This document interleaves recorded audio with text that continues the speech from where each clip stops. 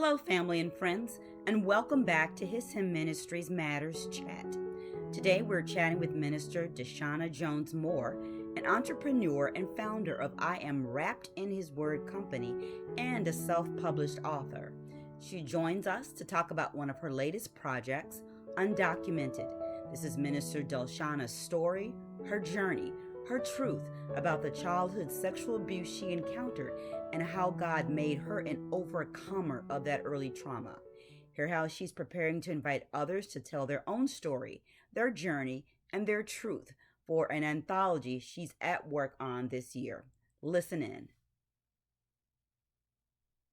Hello, everybody. I am Minister DelShanna Moore. I am coming to you I'm currently residing in Las Vegas, Nevada, but I'm originally from Orange County, California. Yes, I am a Cali girl. Okay.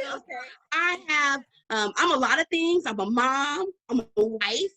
I'm a grandmother. Come on, somebody. Right. Congratulations. I'm also an ordained minister. Mm-hmm. I am the chaplain of a community dance ministry here in Las Vegas called the Las Vegas Praise Dance Ministry. I'm also, of course, dance leader of the ministry that we have at our own church, Destined for Glory Word Outreach Ministries. I am an author. I'm a self-published author 3 times over. I am also an entrepreneur, so I'm also in the process of really building a business called Wrapped in His Word to really support the Christian community with merchandise and books and custom creations and that sort of thing. And I'm also a certified coach. Okay. I am a host of things to people. I advise, I mentor, I raise people up in ministry, and I am a prayer warrior. And I host a midnight cry every Friday night live on Facebook and Instagram. But I also am known in my community as the flag warrior. I've been dancing since I was a little girl. I was trained in jazz. That's where my basis comes from. In college, I took additional jazz classes, but that wasn't necessarily the thing that the big girl could do.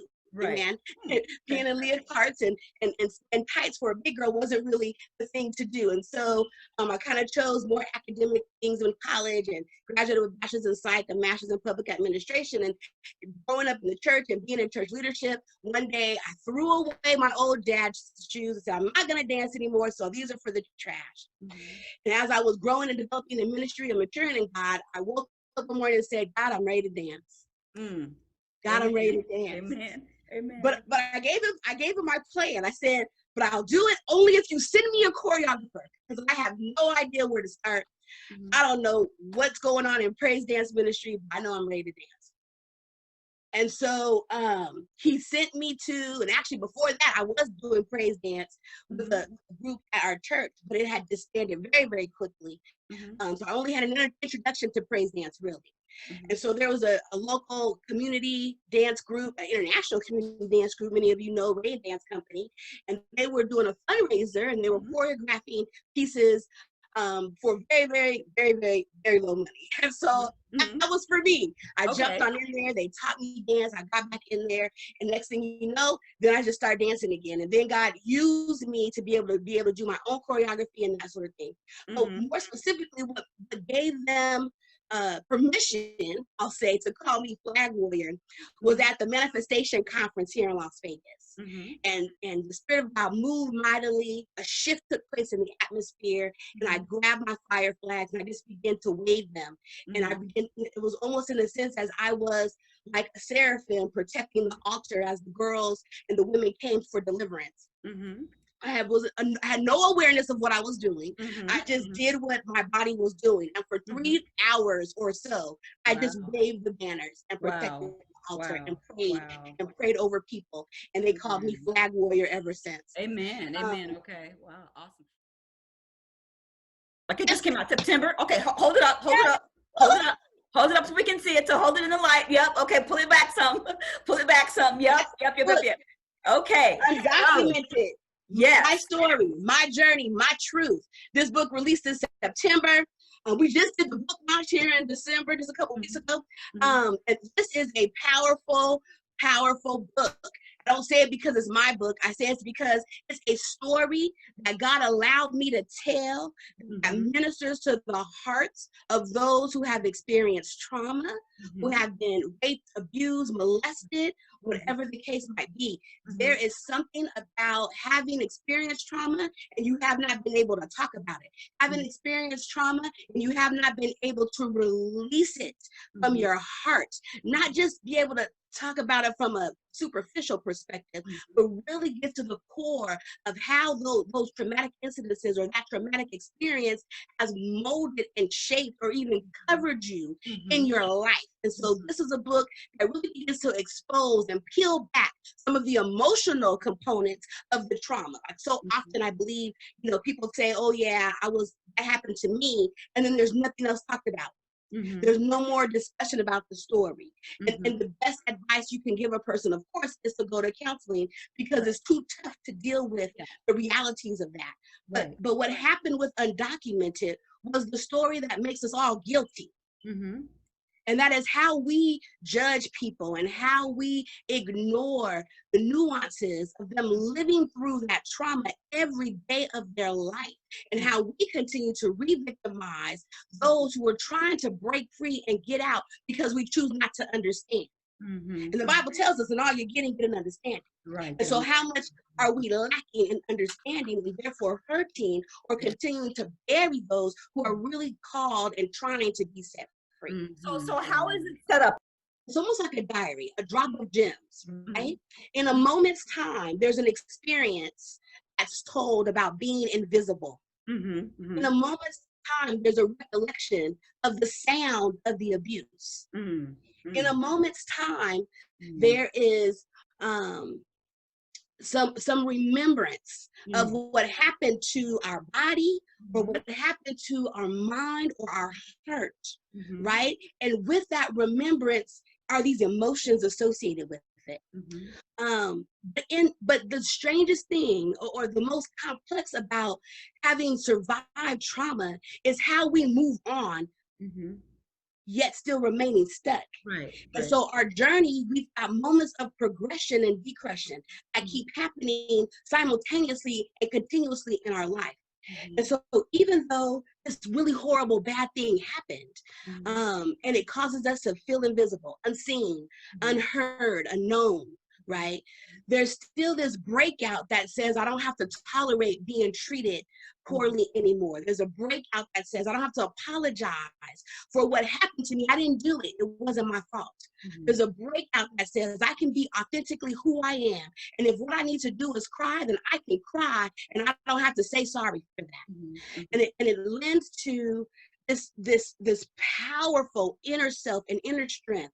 I think it's Ephesians where the Bible talks about being strengthened in your inner man by his spirit, that might, that energy, that power that strengthens us on the inside of us comes out and says, I'm not going to apologize anymore for having experienced these things and how they affected me, and I'm going to continue to move on.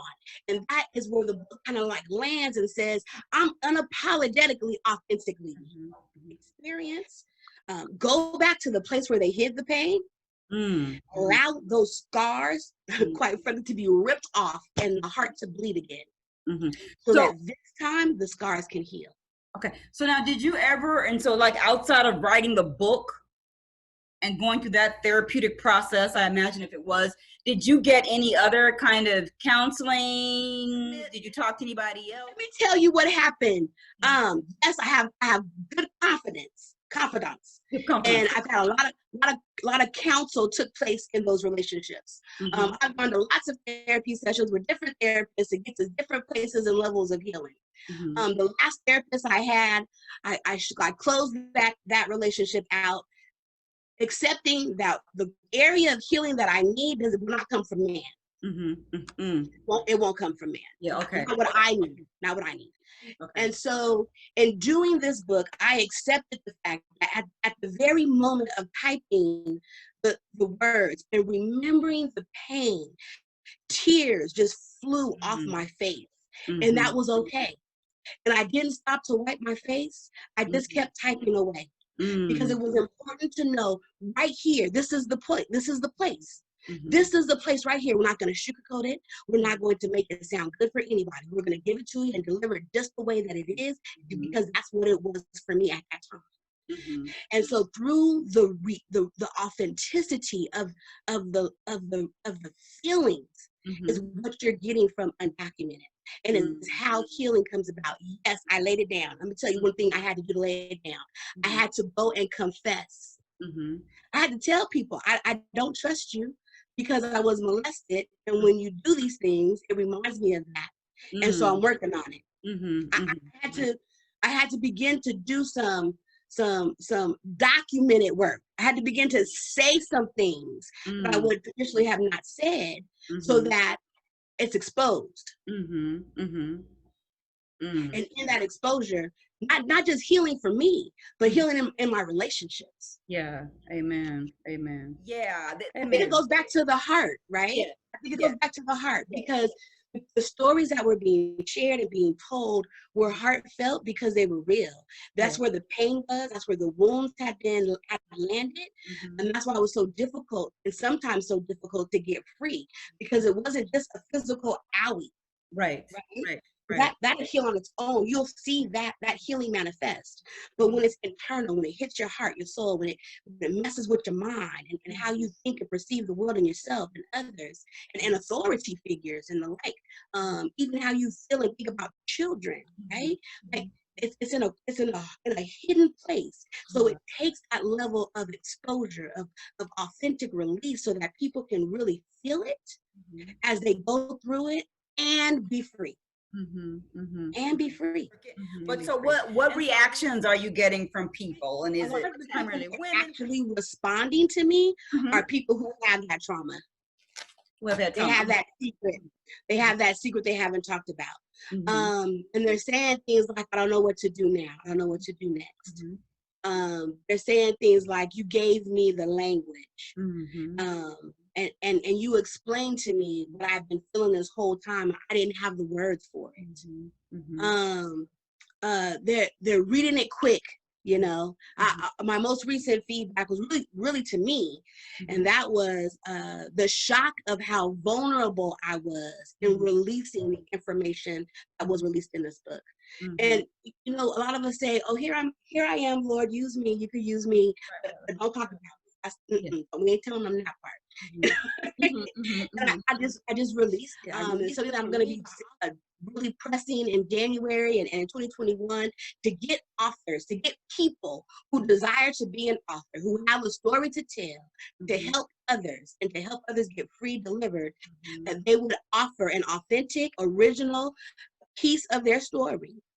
And a piece of that overcoming, and then we put that in a book together, and together. I'm looking for probably about anywhere from 10 to 20 authors. It really depends on what comes my way, right?